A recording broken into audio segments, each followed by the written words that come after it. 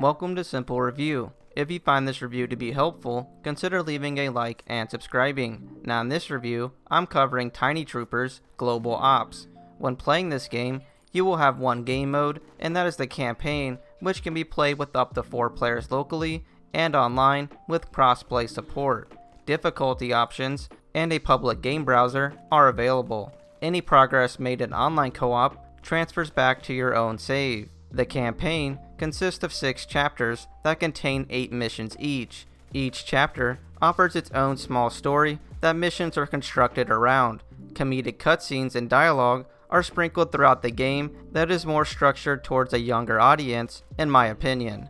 When it comes to gameplay, players will take control of a squad of troops. You have the option to change the appearance of these troops and upgrade them with new equipment. Only your primary trooper that you play as will have full access to all upgrades, such as a secondary weapon, stat upgrades, and special abilities.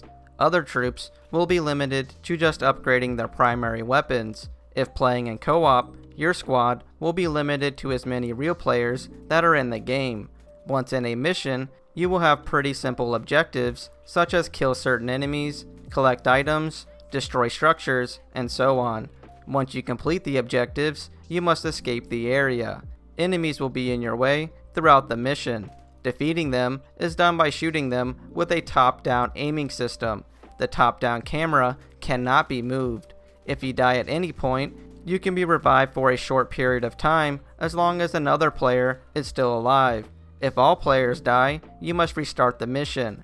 Upon completing a mission, you will be granted a currency used to upgrade your character.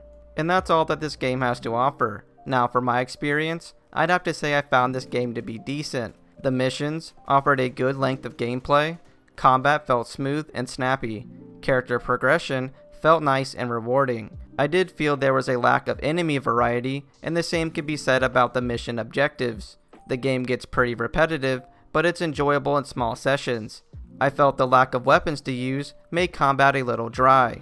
Besides that, I did experience some visual glitches, such as permanent floating bullets, and kept getting stuck on invisible barriers that interfered with my combat. So with all that being said, I'd have to give this game 7 pepperonis out of 10. Tiny Troopers Global Ops is a decent arcade shooter that's enjoyable in small sessions. And that'll do it for this review. Comment below if you have any questions, and I will try to help.